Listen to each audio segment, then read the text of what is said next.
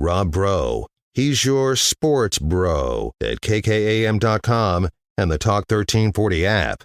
You guys are not doing any pass blocking. You're just stepping aside and letting them walk in. Pop, pop, pop, pop, pop, pop, pop. That's what I want. All of you around that ball. What's wrong with y'all? Y'all play like some little girls.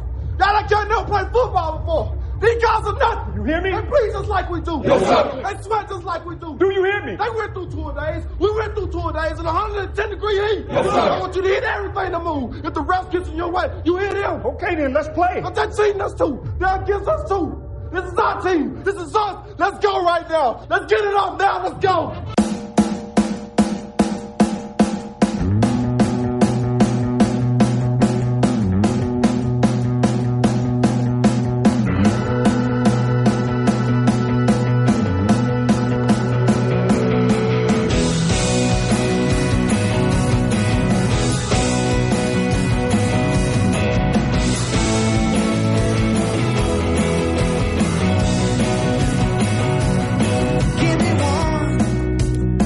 Welcome into the Rob Bro Show. I am Rob Bro. I am the host. You are the co-host. Text in 806-855-3712. Lots of Texas Tech basketball to get to today. They play the Texas Longhorns, the number 10 Texas Longhorns in Austin, Texas this weekend. We'll talk about that for sure.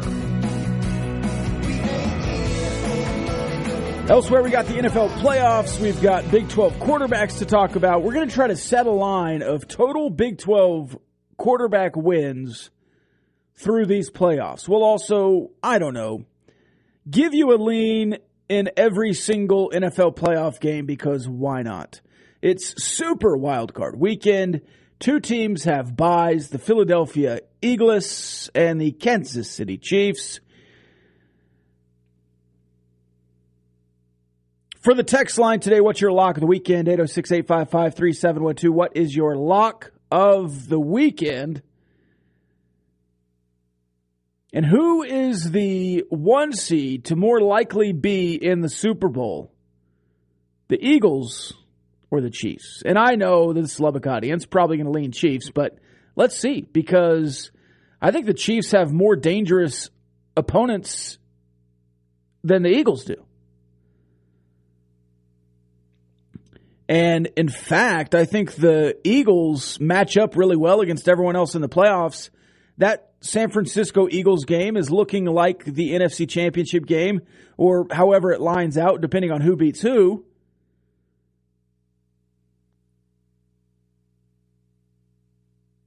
Obviously, Tom Brady, you can't count him out in the playoffs, as I stutter through that one, good grief. But there's 2 teams that the Chiefs did not beat this year, and those are the most likely opponents coming down the pike. Can you beat Joe Burrow? Can you beat the Bills? Now, the Bills beat the Chiefs in the regular season last year. Then Patrick Mahomes did what he did in the playoffs. 13 seconds left. I do want to focus, starting off today, on what's going on with Texas Tech and Texas this weekend. Obviously, the Texas Tech Red Raiders 10-6 on the season, 0-4 in Big 12 play. They've lost 4 in a row. The Texas Longhorns, as I said, a top 10 team. Number 14 in the AP, number 10 in the USA Today poll. Their last game was a come-from-behind 17-point erasure against TCU, where they won by 4, 79-75. They're 14-2, 3-1 in Big 12 play. They've won 2 straight. Here's another question of the day for the text line. I'll just put them all out there, and we'll see what happens. What Texas score total do you feel good about if you're Texas Tech? They average 82 a game. Offensively. You average 76 a game. You both give up 65 a game. In the metrics, that means they'll win by about 5. So in my brain, I would take Texas Tech plus 8.5. And that might seem like a hot take to most of you. On most of the score predictions today, it was Texas by 20. But if you're just looking at this game and nothing that's going on around it, and you just look at these averages and you just look at these two teams, and you look at a healthier Daniel Bacho, you look at a healthier Pop Isaacs, and you look at a Texas team that had to exert a ton of effort on a Wednesday night and you played on Tuesday. You look at a road team in Texas Tech and a home team in Texas, in a home atmosphere that is much better this year but not elite as far as Big 12 standards go. I think Texas can go and make this look closer than it should be. And I think Texas Tech can go make this look closer than it should be.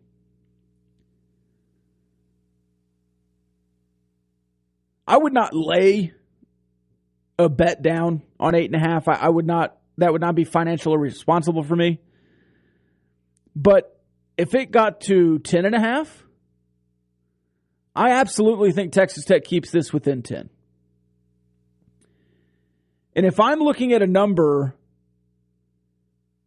that makes me feel good about the Texas Tech defense moving forward, I would want to hold Texas to under your season average defensively.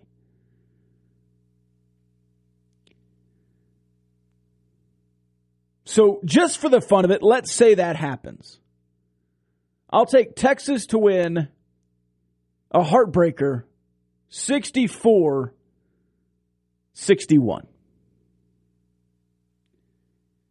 I think you'll go play this game tough. I think this team has the type of attitudes to respond to adversity. I think Mark Adams has the type of attitude to respond to adversity. Now, we've heard, we've listened, we've seen. Okay? But if it's going to happen, it's going to happen this weekend as far as a response goes. So I'll take Texas Tech to play some defense this weekend, and not elite defense, but if you hold Texas to 64, I think you start feeling a little better about your team. Again, that's nearly 20 points under their season average. They average 82. They lost a Big 12 game scoring more than 100 points.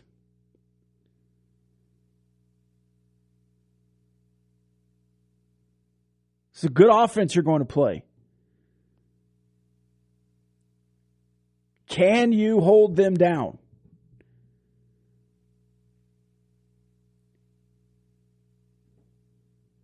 If you just look at this roster for Texas, there's a lot of familiar faces. A lot of familiar faces that Texas Tech beat last year. The last time Tyrese Hunter played Texas Tech, you beat him by 30 in the Big 12 tournament because he was at Iowa State. Marcus Carr lost 2 heartbreakers to Texas Tech last year. Timmy Allen, Dylan Dijou.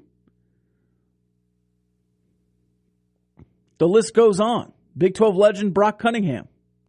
I don't think he's there anymore. Is he? Is Brock Cunningham still around? I think he is, actually. I always get him and Avery Benson confused. One of them's still there. And then obviously you have the Jalen Tyson situation, but all of that is overshadowed by Beard not being there. And I do think that takes a little wind out of the sails, but this Texas team has never beaten Mark Adams in this new era. They'll want to. Texas Tech is 0-4. They don't want to be 0-5. I could give you reasons why both of these teams desperately want to win this game this weekend. Desperately. Which is why if you have another egg, if you have another 30-point loss, if you have another no-show, if you don't look tough, if you don't compete, this season's over. That's not my expectation.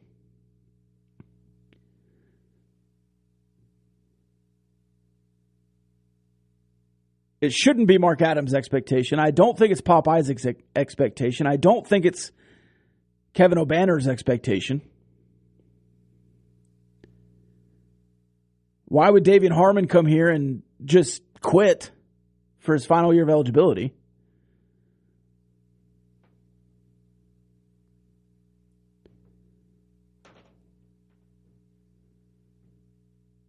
Is there an opportunity here? Yes. Is this a team that can capitalize on opportunities? That's the question.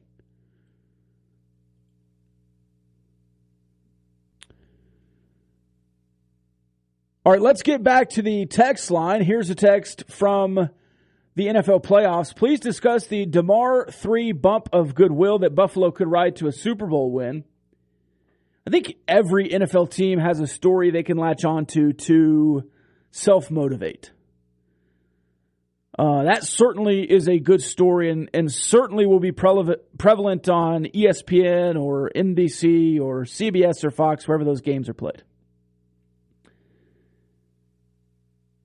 Does that matter? That might be harsh. If the Bills win the Super Bowl, it's not because they have that to look to. Now, it could help. It could be an edge, and it will be a story if they make it to the Super Bowl, but this team has been very close. This team is very good. I don't think that will be the reason. It certainly could be. I don't want to discount a locker room. I don't want to discount a special situation where players are playing for a teammate. I wouldn't discount that at all. I think it could be, but I also don't want to discount the Bills as just a damn good football team. I mean, it's not like this bad news Bears situation where you had an injury in week 6 and then completely transformed your season and went on a magical run. It's not Hollywood here. The Bills are good. The Bills are where they are because the Bills are good. This off the text line of Texas Tech bounce back tomorrow, though not playing Chris Beard-led Longhorn squad. It could be a huge national slot 7 p.m. game. It is on ESPN. This texter saying the Red Raiders could find themselves. Yeah, that's what I was just saying. And I tend to agree. They could find themselves. But if they don't find themselves this weekend, there are fewer and fewer and fewer and fewer opportunities, and days tick by. You are on the clock.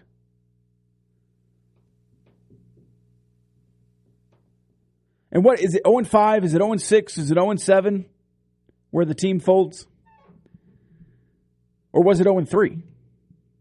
Have they already folded? Got beat by 34. Is there somebody in the locker room to step up? All right, we'll take the break. When we come back, locks of the weekend, the NFL playoffs, and more. To talk 103.9. It's the Rob Breaux Show. We'll be back after this.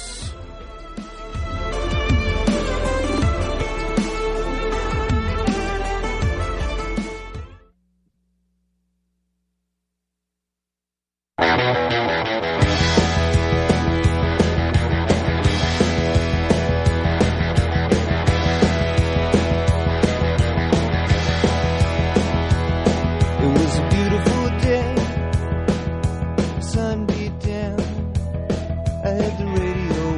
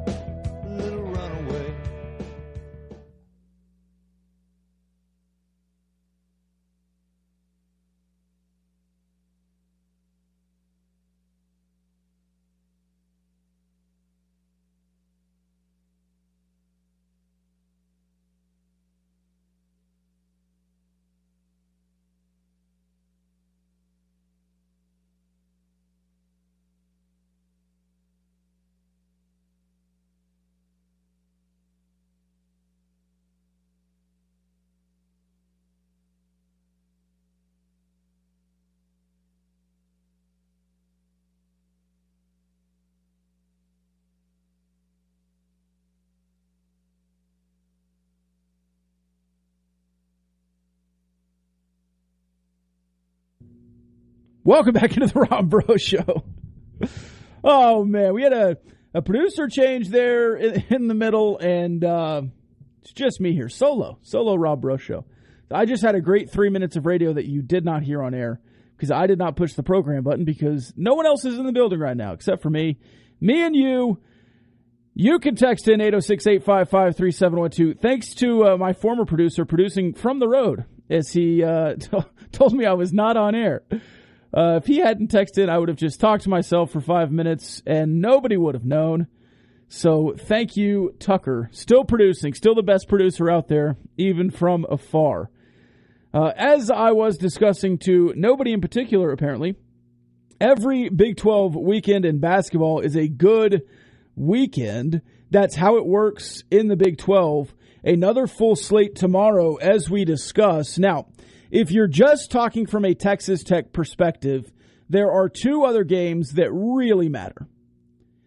Just from a Texas Tech perspective, because if you're starting to try to find somebody else that has a few cracks in their armor like you do, West Virginia and Oklahoma are those two teams. Now, Oklahoma 10-6 and doing well in the Big 12 just beats you in overtime, but West Virginia has lost 4 straight. West Virginia is just like you, right? They lost to Baylor. They lost to Kansas. They lost to Oklahoma State. They lost to Kansas State. People are freaking out about West Virginia just like they're freaking out about you. And if you're Oklahoma, they lost to Texas. They lost to Iowa State by 3. And then they came on the road and beat you at Texas Tech, and then they lost to Kansas by only 4. So their 1-3 in conference play feels much different than West Virginia's 0-4 and Texas Tech's 0-4, but they're still sitting there at 10-6, just like you. They're still 1-3 in the conference, not good, better than 0-4, but what's that really saying? That game is going to be very important because if West Virginia falls to 0-5 in conference play, maybe there's some other teams that give you hope that you can go out and beat them. And if you can get to 8th in the conference, 7th in the conference, even with a bad Big 12 record, maybe they're like, okay, well, you know, that conference just a meat grinder. Let's give them a 12 seed and see what happens.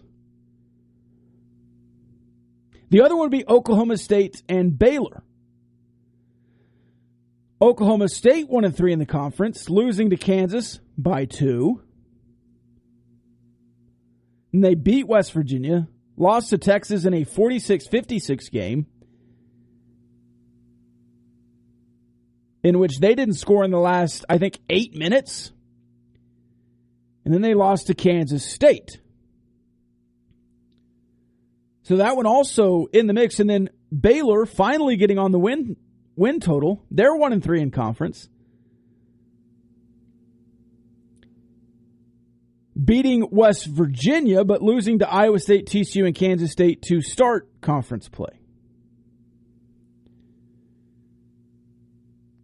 So those two games and the Texas Tech games are very important for Texas Tech fans, in my opinion. And then you have Iowa State, Kansas, the premier game of the week matchup in Lawrence at 3 p.m. on ESPN+. Let me say that again. Iowa State, Kansas, number 14 versus number 3 on ESPN+, 3 p.m. By the way, the other two games I just talked about, unranked matchups, who cares, on ESPN2. But Iowa State, Kansas on ESPN+. And then number 11 versus number 17, Kansas State, TCU on ESPN2. Can Kansas State keep it going? Can Jerome Tang keep it going? And how soon before we start hearing it never was Scott Drew, it was always Jerome Tang? So that's the slate this weekend in the Big 12. I don't know how many are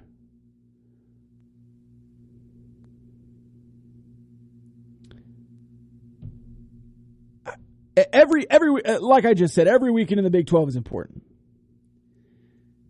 And obviously, in college basketball, you don't have these lines yet. We'll have them soon. Frankly, I'm surprised we don't have these 11 a.m. lines yet. 1 p.m., 3 p.m., 5 p.m., 7 p.m. Great schedule. You finally got that fixed, ESPN and Big 12. But why do you have ESPN2, ESPN2, ESPN2, ESPN, and then Kansas State, TCU on ESPN2, Iowa State, Kansas, ESPN Plus? That just, and I guess I'm just complaining to complain here, but that's what I do. All right, let's take another break. When we come back, we'll talk NFL playoffs. We'll talk some leans. We'll talk some sneaky underdog plays, and we will keep this show on the tracks. It's a Rob Breaux Show. Talk 103.9 News, Money, Sports. We'll be back after this.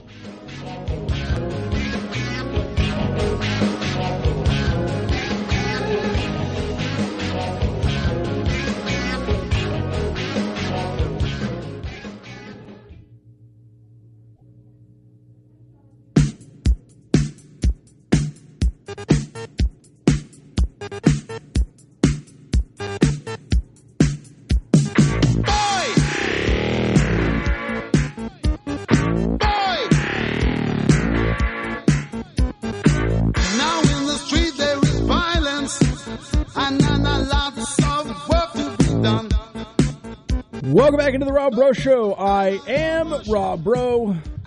I am the host, the board op. You are the co-host. Help me out today. Text into the show 806-855-3712. Lots of action. We can have plenty going on this weekend we could talk about. One thing I did want to talk about that we did not get to yesterday were these NFL overtime rules that, quite frankly, don't make sense. All right? Stick with me. Let's say the Kansas City, just hypothetically, the Kansas City Chiefs and Buffalo Bills are in a playoff game. You go to overtime, the Chiefs win the toss, and go score a touchdown. The old rules, the game is over. Oh, but Josh Allen doesn't get to play. Last I checked, it's a team game. Make a stop. But in the new rules, okay,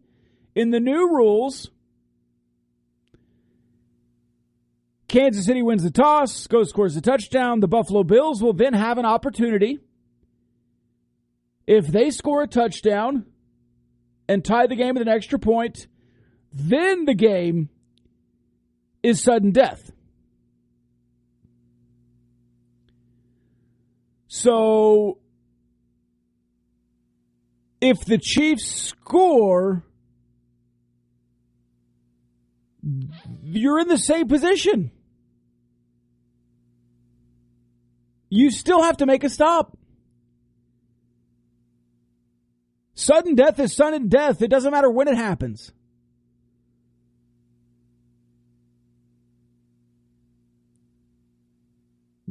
Right? Am I crazy there? If you kick off and the ball goes down the field and then the other team scores and the game is over, regardless of when that happens, it's still sudden death and the other team doesn't get an opportunity. If you don't want sudden death, play a 5-minute round of football. If you don't want sudden death and you want the other offense to always have an opportunity, go to the college rules. Start on the 40. Play offense until you die. Like, if you don't like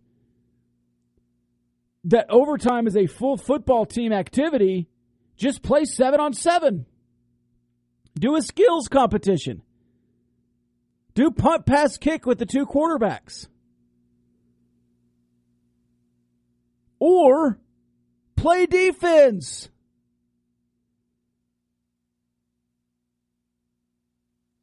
Shocking.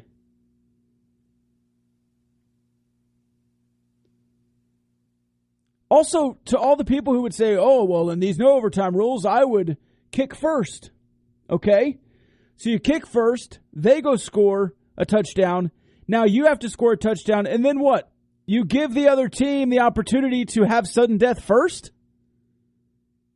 Well, but at that point, you know what you need to do. Okay.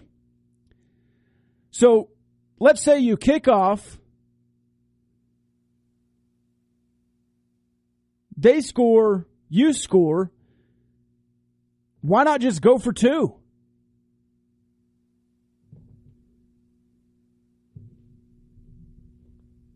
I don't know. Lock of the weekend for the text line. Lock of the weekend is Texas men's basketball money line and the under on number of minutes of the men's game I'll actually watch. And then the texter lovingly says, love you, Rob. BH. Love you too, BH. See you in the Discord. Yeah, I mean, you don't get a lot of value on the men's Texas money line, but that is certainly a lock of the weekend. I would go with it. I would try you there. You got to lay some to get some in that respect, but I mean, what is -8.5? And we have not seen an official line. That was just one that we saw. Another guy, another sharp I follow on Twitter said it was going to be double digits, but let's hedge that and say it's 9.5. The money line is going to be what? -250?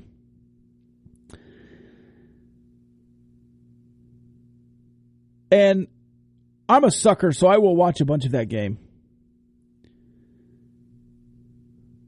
It's just going to happen. All right, let's start talking some NFL football, actual playoff news. As we go through it, we will start with the 2 Saturday games, and that Saturday 3:30 game is probably the game I'm looking forward to most this weekend, besides the Dallas Cowboys and Tampa Bay Buccaneers on Monday, which we'll discuss on Monday. I really don't want to talk about Tampa Bay Dallas today. I need a weekend to prepare.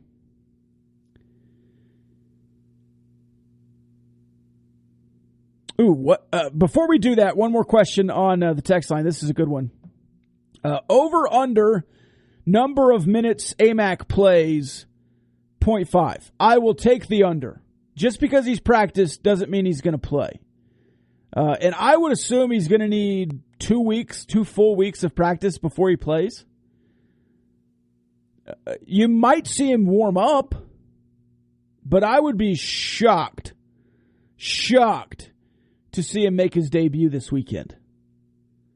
Though that is going to be a storyline moving forward, that now he is practicing. When is he playing? So on my Friday fades, I gave you Seattle plus 9.5. Obviously, in the fades, those are plays I generally wouldn't make, but if you want to fade me, you can. I like Geno Smith. I do. And it's not that I don't like Brock Purdy, but, you know, quite frankly, when has Brock Purdy won the big one? He won a lot at Iowa State. When did he win the big one? We beat Oklahoma. Okay. In the last 5, San Francisco won both of them. First one was 27-7. They covered 8.5 there. And then it was 21-13. So they've covered this 8.5 once already this year. Would have been a snug game then. I'm now seeing this game at plus 10, by the way, at Bovada. 9.5 consensus. I like it even more at 10. This is the kind of game that's close in the playoffs. It's also the kind of game that could be a blowout. So really, I have no idea. Los Angeles, Jacksonville. I do love this money line. I like the home dog. I like the home disrespect. I don't like the Chargers. As much as I hate Doug Peterson, he is a better coach than what the Chargers are going to be putting out. And if you look at the last 5 from both teams, the Jaguars finished really strong this year. They beat, well, you know what? Looking at that schedule, I just remember they beat the Cowboys.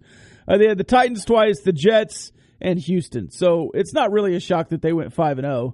The Chargers just lost to the Broncos, and they played the starters for a lot of that game. And they also beat the Rams, the Colts, the Titans, and the Dolphins by a touchdown. Neither of these teams playing strong teams to finish, both with good finishes to the year. Oh, man.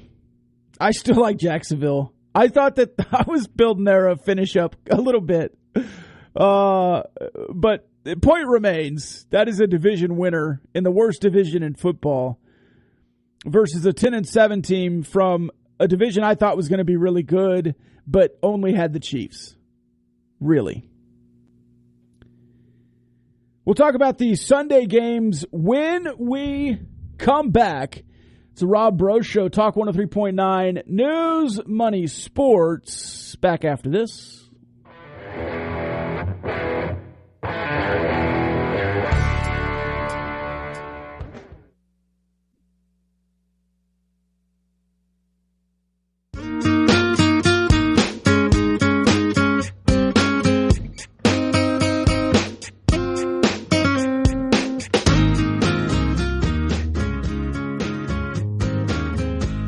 Welcome back. It's Rob Breaux Show, Talk 103.9, News, Money, Sports. A couple of more minutes here today.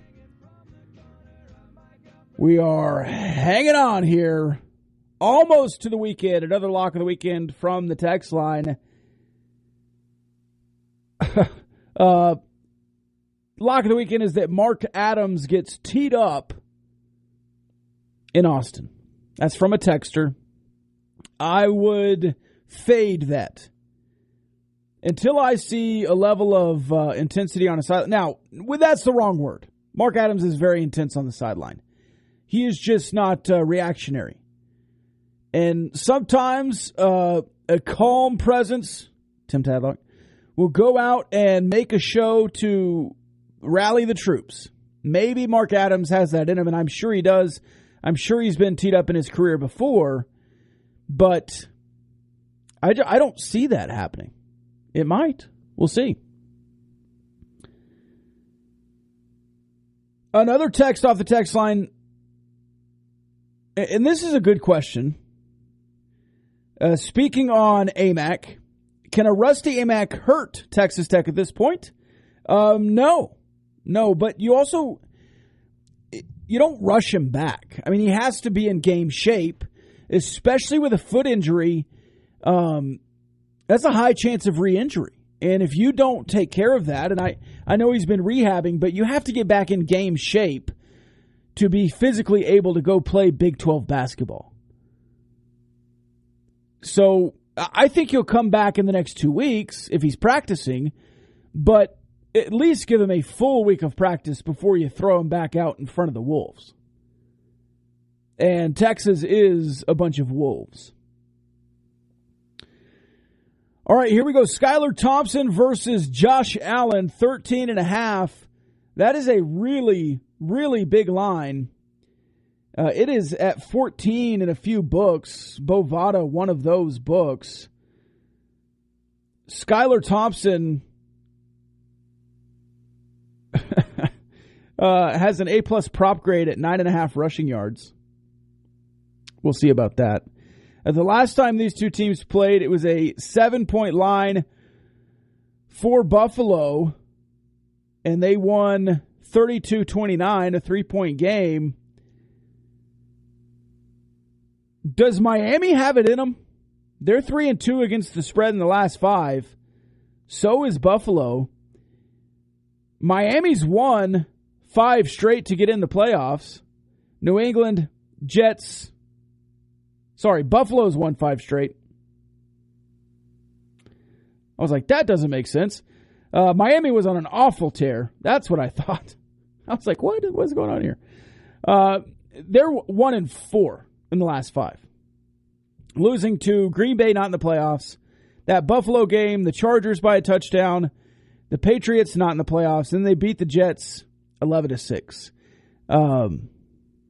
Yeah, this is not the same Miami team that was in Buffalo a few weeks ago. 14 is a really big number. I don't know that I'd be brave enough to lay 14 here with the Buffalo Bills, but that seems like the play. Jets, Vikings. Do not trust the Vikings. Do not trust the Jets. Would stay away from this game at all costs.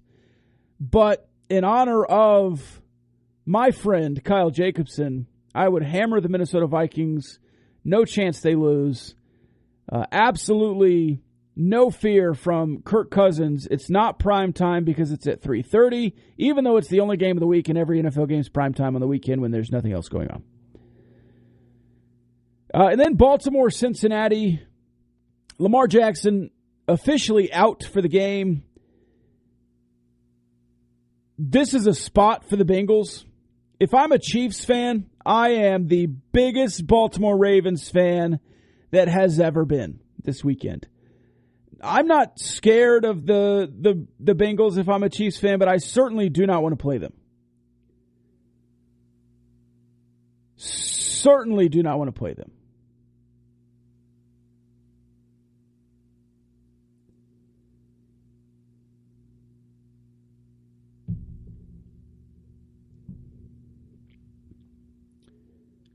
Should we just do it just in hopes?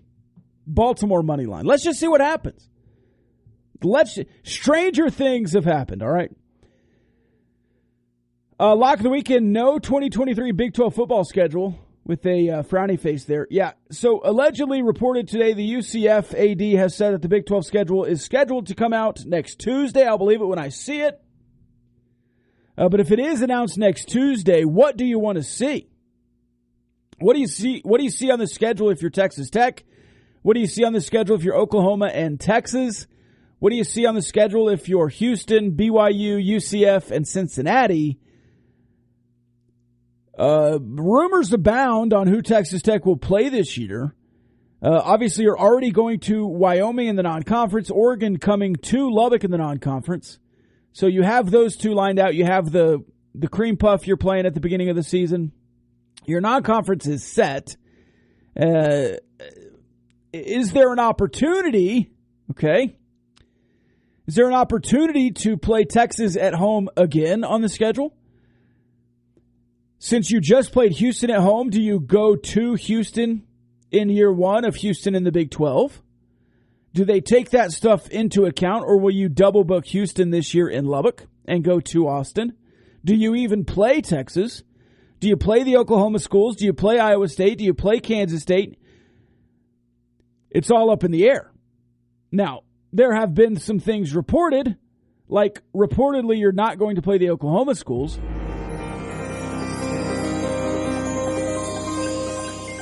That would be a bit frustrating. Otherwise, I think it's kind of one of those it is what it is in regards to the Big 12 schedule. Put them on there.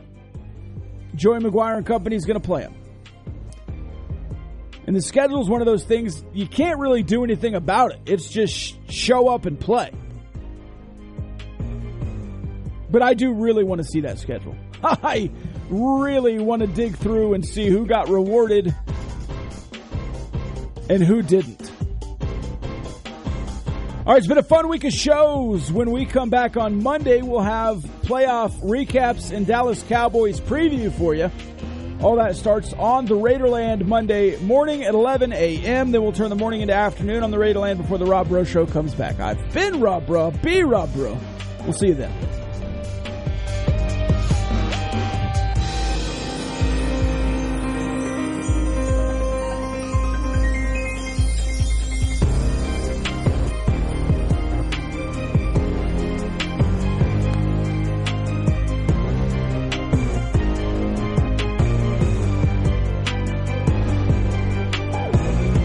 The views and opinions expressed by the participants on this Talk 1340 program are not necessarily the views of Talk 1340, its advertisers, staff, management, or Town Square Media.